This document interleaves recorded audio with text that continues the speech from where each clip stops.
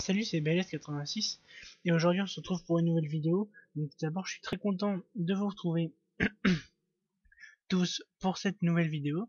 Donc comme promis, vidéo de mon récap, excusez-moi, de, euh, de mon premier régional, donc de ma saison Yu-Gi-Oh qui commence. Donc tout d'abord j'aimerais vous dire que ça s'est passé le 9 novembre pardon, à Poitiers, donc au lycée Saint-Jacques de Compostelle. Voilà, donc je salue tous les gens qui verront cette vidéo et qui y étaient, donc je vous salue. Ensuite, j'aimerais vous dire que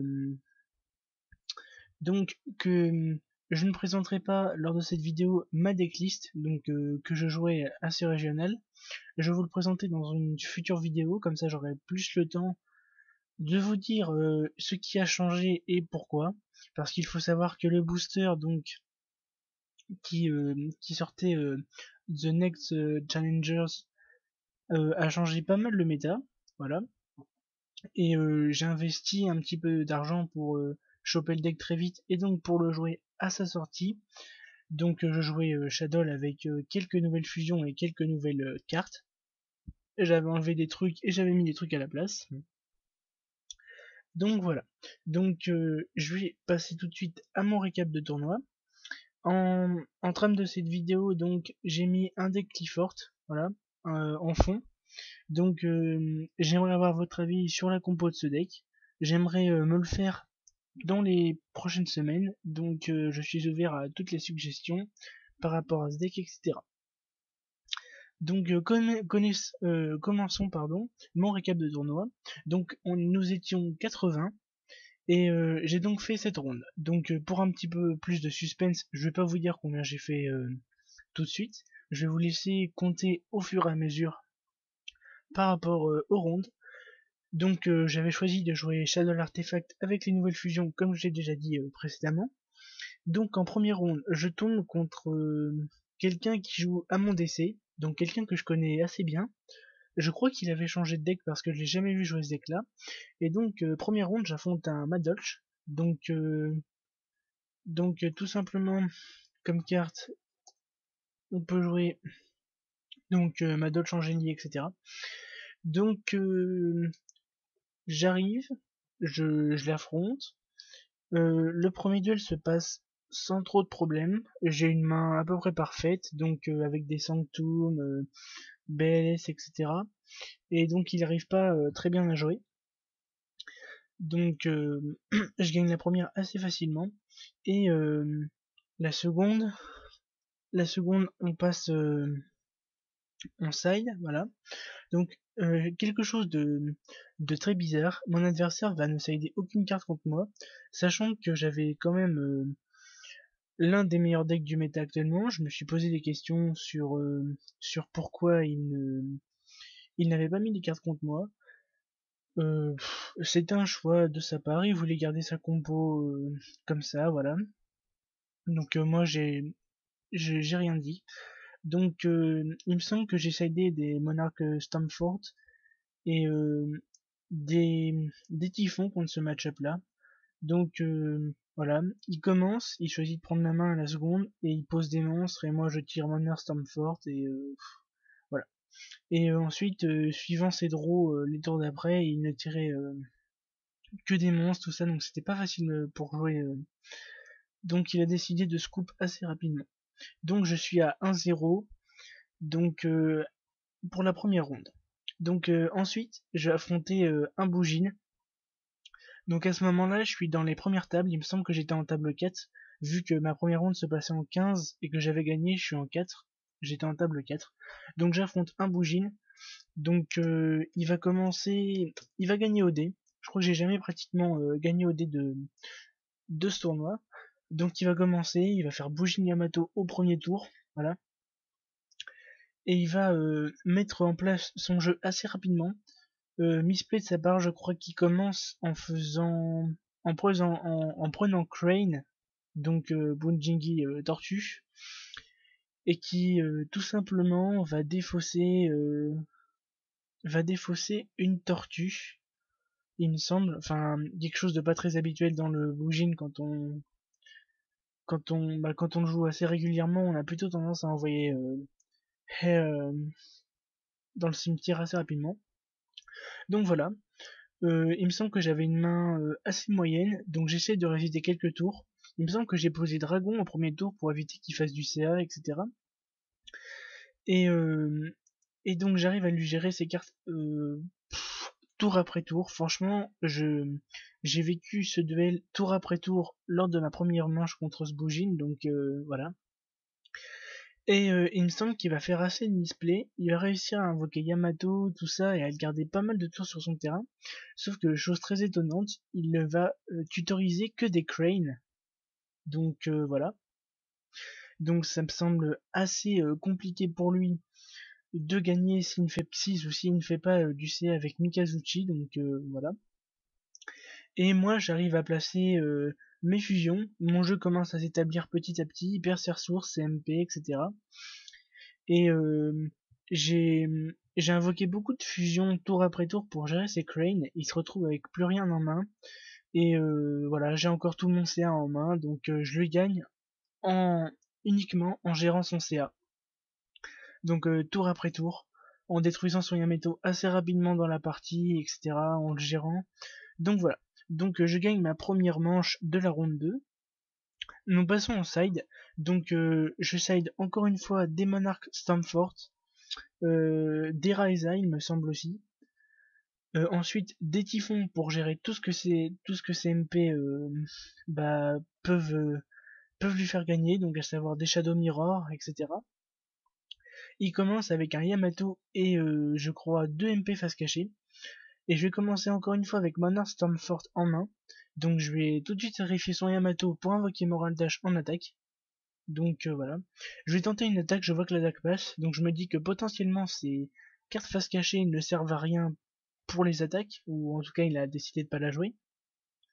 Et voilà, et je crois que je pose des Sinister Shadow Game, etc.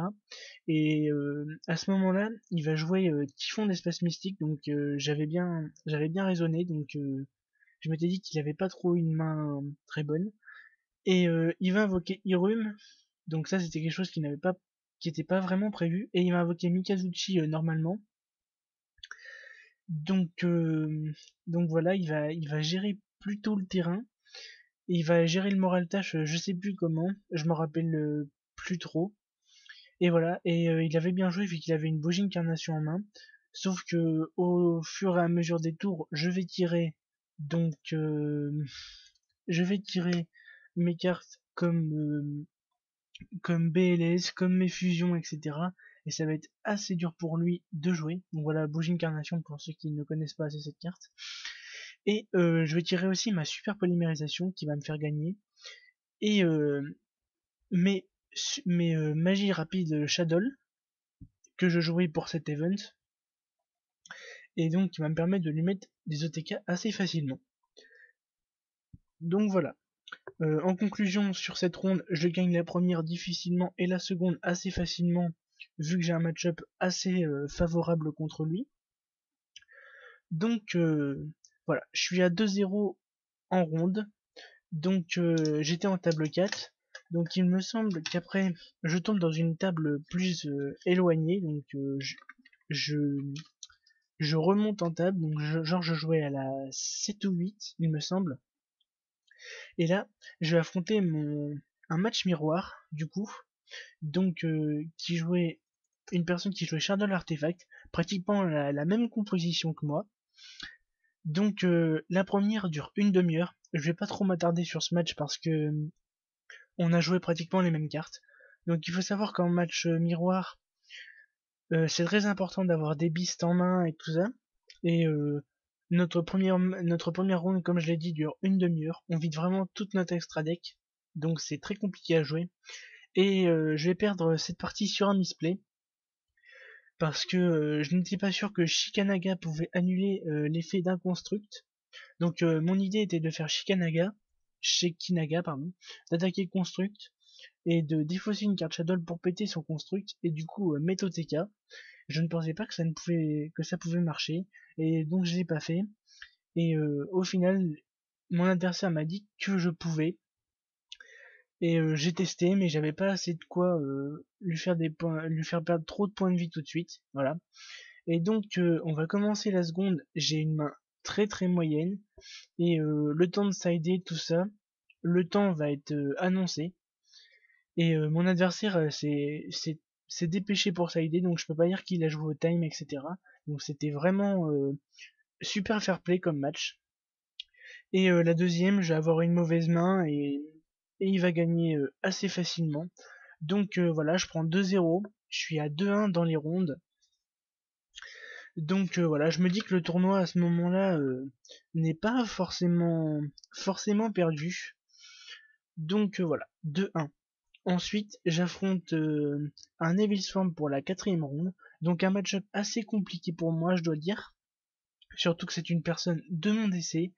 Et cette personne de mon essai sait jouer son deck pratiquement à la perfection. En tout cas, il fait maximum un misplay par ronde et c'est très facile pour lui de connaître les decks du méta, etc. Donc je vais avoir beaucoup de mal à le battre.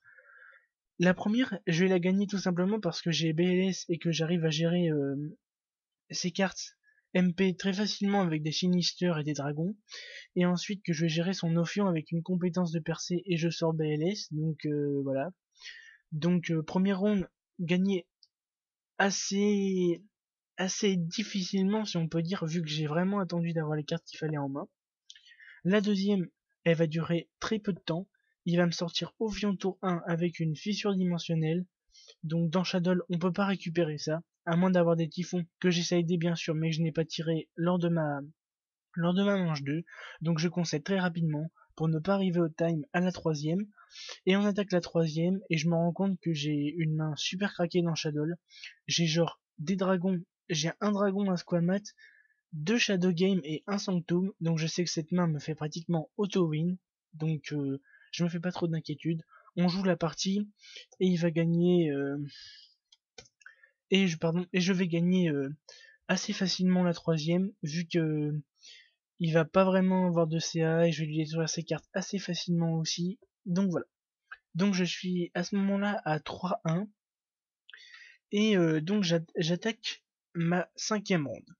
Donc je suis en table 4 lors de cette cinquième ronde et j'affronte un deck qui pour moi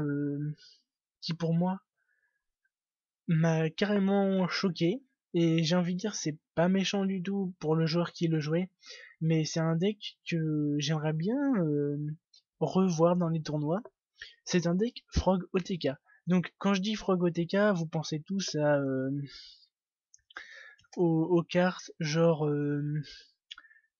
Canon Newton, etc. avec les grenouilles. Et bah pas du tout, c'était un deck OTK avec les DS Frog, donc que je vous montre. Donc le but de ce deck très rapidement est d'invoquer grenouille, enfin swap frog à chaque tour, de mettre des rainettes ainsi que des crapauds samouraï, et ensuite de faire des invoquenoms avec des frog, faire beaucoup d'Ixis, donc par exemple un des Gusto qui permet d'attaquer deux fois, je me rappelle plus du tout le nom, et par exemple un Zenmao ou quelque chose qui va gérer le terrain, et d'attaquer deux fois très simplement, donc ça met des OTK. Donc à la première, il commence, voilà, il pose son terrain petit à petit, il pose un trapstone le premier tour, le deuxième tour, je vais poser pas mal d'MP, dont des emptiness, etc. Et très rapidement, il va faire beaucoup d'Avoxp avec son trapstone, et il va mettre OTK, donc pratiquement instantané. Donc j'avoue que je perds la première, je suis assez mal mentalement à ce moment-là. Je me dis que je pourrais pas trop gagner parce que c'est un match-up que j'affronte jamais. C'est un deck random, si j'ai envie de dire. Et je me rends compte que les seules cartes de side que je peux avoir sont mes chaînes disapparence, donc pour retirer Serenette, ses grenouilles, démons, etc. Donc je décide de les placer. À la seconde, je commence avec un Winda premier tour, comme ça je sais qu'il pourra pas me faire des loops OTK, etc. Donc pour ceux qui ne savent pas, Winda c'est cette carte. Voilà, donc ça limite une invox P par tour. Donc je vais vraiment limiter ces invox P. Et voilà, il va concéder très rapidement la seconde vu qu'il va avoir Trou Noir et Rageki dans la main. Donc franchement c'est quelque chose qui est pas fort du tout contre moi. Et à la troisième c'est à peu près le même schéma. Euh, il va commencer avec des destructeurs de monstres, donc Rageki ou Trou Noir, je me rappelle plus, je crois que c'est Trou Noir qui l'a joué. Et j'ai commencé avec Winda pratiquement au premier tour aussi, donc pour bloquer ses invox P, voilà. Et je tire des Sanctum pour gérer ses cartes. Donc, donc très facilement, je vais m'imposer sur cette troisième. Et donc, je vais gagner cette cinquième ronde. Donc je suis actuellement à 4-1. Et je remercie encore cet adversaire parce que ça a été un match très intéressant, franchement. Et voilà, c'est un deck que j'ai envie de revoir dans les prochains tournois, pardon. Donc je suis à 5-1. J'attaque donc ma, non, 4-1, pardon. J'attaque donc ma sixième ronde. Et je vais affronter un deck que j'avais vraiment espéré lors de ce tournoi. J'affronte un Clifford. Donc Clifford qui est actuellement à, euh, à 4-1, pareil. Et j'espère franchement gagner ce truc. Donc la première, il va la gagner très facilement. Euh, il joue les skill drain mind deck, etc. Les wire tap, il a tout pour me contrer. Donc je vais tout simplement, bah, la première va durer très peu de temps. La deuxième, avec mes cartes de side, etc.